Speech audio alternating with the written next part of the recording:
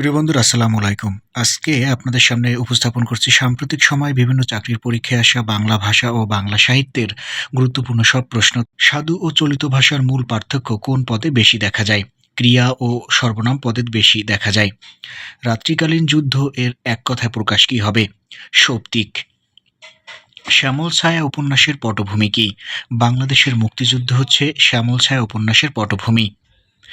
অপলাপ শব্দের অর্থ কী? অস্বীকার হচ্ছে অপলাপ শব্দের অর্থ। পদাবলীর প্রথম কবি কে? বিদ্যাপতি হচ্ছে পদাবলীর প্রথম কবি। বৈষম্য বিরোধী শব্দটি কোন সমাস?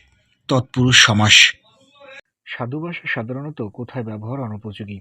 নাটকের সংলাপে সাধু ভাষা সাধারণত ব্যবহার অনুপযোগী। নুল অ্যান্ড ভয়েড এর বাংলা পরিভাষা কি? বাতিল। পোষিত ভর্তুকা শব্দের অর্থ কী? যে নারীর স্বামী বিদেশে থাকে। লিরিক শব্দের প্রতিশব্দ কি? গীতি কবিতা হচ্ছে লিরিক শব্দের প্রতিশব্দ। কবি কণ্ঠহার কোন কবির উপাধি? কবি বিদ্যাপতির উপাধি হচ্ছে কবি কণ্ঠহার। হাতের কঙ্কন মালো দাপন কোন কবির লেখা? সরব পাল লেখা এটি। ভূত শব্দের বিপরীত শব্দ কি? ভবিষ্যৎ। আত্মঘাতী বাঙালি কার রচনা? নীরদচন্দ্র চৌধুরীর লেখা আত্মঘাতী বাঙালি। বিরাগী শব্দের অর্থ কি? উদাসীন হচ্ছে বিরাগী শব্দের অর্থ। কাকভূষণী এর অর্থ কি? দীর্ঘায়ু ব্যক্তি। প্রভাবতী সম্ভাষণ কার লেখা? ঈশ্বরচন্দ্র বিদ্যাসাগরের লেখা প্রভাবতী সম্ভাষণ। দোভাষী পুঁথি বলতে কি বুঝায়?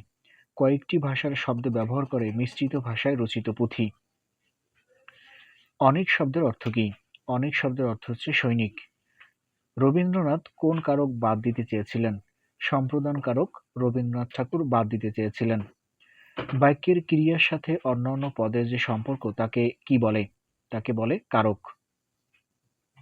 সাহিত্যে অলঙ্কার প্রধানত কত প্রকার? দুই প্রকার। জিজিবিষা দিয়ে কি বোঝানো হয়? বেঁচে থাকার ইচ্ছা বোঝানো হয়। ক্রিয়াপদের মূল অংশকে কি বলা হয়? ধাতু বলা হয়।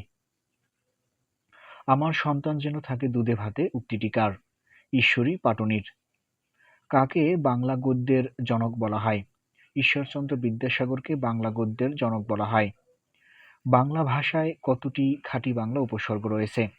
২১টি খাঁটি বাংলা উপসর্গ রয়েছে বাংলা ভাষায়।